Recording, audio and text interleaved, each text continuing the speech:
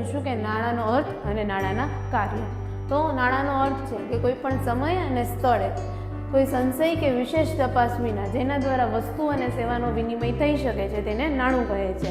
નાણું એટલે કોઈ પણ સ્થળે તમે એને વાપરી શકો છો અને કોઈ પણ સંશય કે વિશેષ તપાસ વિના એના બદલામાં તમે કોઈ પણ વસ્તુ કે સેવા મેળવી શકો છો તેને નાણું કહે છે. એનો પહેલો ઉપયોગ છે વિનિમયના માધ્યમ તરીકે. સાટા પ્રથાની મર્યાદા હતી કે એક વસ્તુ આપીને બીજી વસ્તુ લેવાની હતી, તો સામેવાળા વ્યક્તિને ઘણી બધી વાર એ વસ્તુની જરૂરિયાત ન હોય, તો અહીં નાણું આપીને તમે કોઈ પણ વસ્તુ છે એની ખરીદી કરી શકો છો, કોઈ પણ વસ્તુ કે સેવાની ખરીદી કરી શકો છો.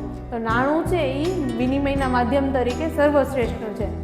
ત્યારબાદ છે મૂલ્યના સંગ્રહ તરીકે, કે કોઈ પણ વસ્તુનું ઉત્પાદન કરી અને આપણે તેને વેચીને નાણાં સ્વરૂપમાં નો સંગ્રહ કરી શકીએ છીએ. અને જેમ જેમ બેંકનો વિકાસ થયો એવી જ રીતે નાણાંનો સંગ્રહ કરવો છે એ સહેલો થઈ ગયો છે.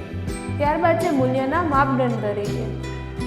તો મૂલ્યના માપદંડ તરીકે એટલે તમે કોઈ પણ વસ્તુના બદલામાં સરળતાથી નાણાં આપી અને તે વસ્તુ કે સેવા છે એ મેળવી શકો છો. કોઈ પણ વસ્તુનું મૂલ્ય માપવું હોય તો તેની સામે એક જ વસ્તુ હોય છે કે નાણું. તો બધી વસ્તુનું મૂલ્ય છે યાદ રાખવું જ આપણા માટે સરળ બને છે. Thank you.